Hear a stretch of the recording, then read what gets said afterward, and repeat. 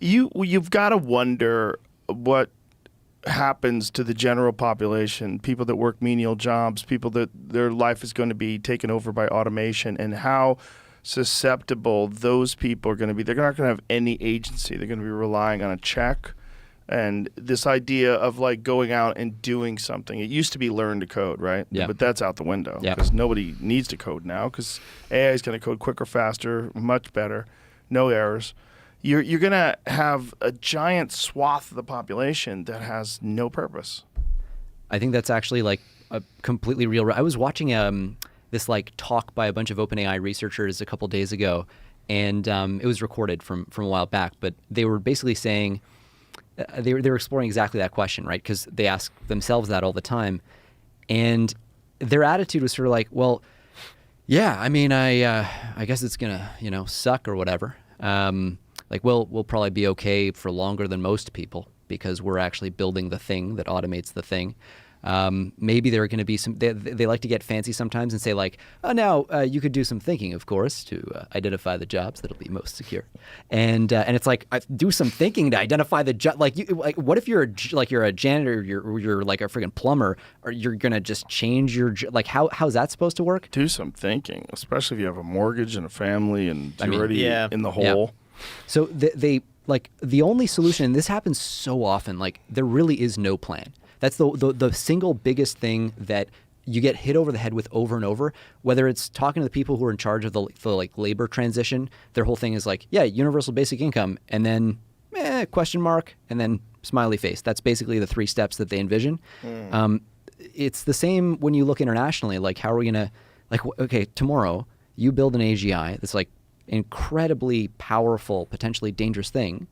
What is the plan? Like, how are you going to, like, I don't know, you're going to secure it, share it? Figure it out as we go along, man. Yeah. That's the freaking message. Like that is the entire plan. The scary thing is that we've already gone through this with other things that we didn't think were going to be significant, like data, like Google search. Like data became a valuable commodity that nobody saw coming. Yeah. Just the influence of social media on general discourse. It's completely changed the way people talk. It's so easy to push a thought or an ideology through, and it can be influenced by foreign countries, and we know that happens. And it is happening at a huge scale. Already. This is like, and we're in the early days of, we mentioned manipulation of social media with like, you can just do it. So the wacky thing is like the very best models now are, arguably smarter in terms of the posts that they put out, the potential for virality and just optimizing these metrics than maybe like the dumbest or laziest like quarter of Twitter users, like in practice. Because most people who write on Twitter is like don't really care, they're trolling or they're doing whatever. Right. But as that waterline goes up and up and up, like who's saying what?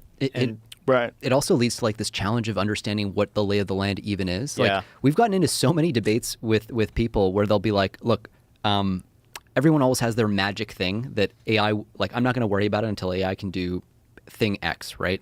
For some people, I had a conversation with somebody a few weeks ago, and they were saying, I'm going to worry about automated cyber attacks when I actually see an AI system that can write good malware, and like that's already a thing that happens. Mm-hmm. So this happens a lot where people will be like, I'll worry about it when it can do X, and you're like, yeah, that happened like 6 months ago. But the field is moving so crazy fast that you could be forgiven for messing that up unless it's your full-time job to track what's going on.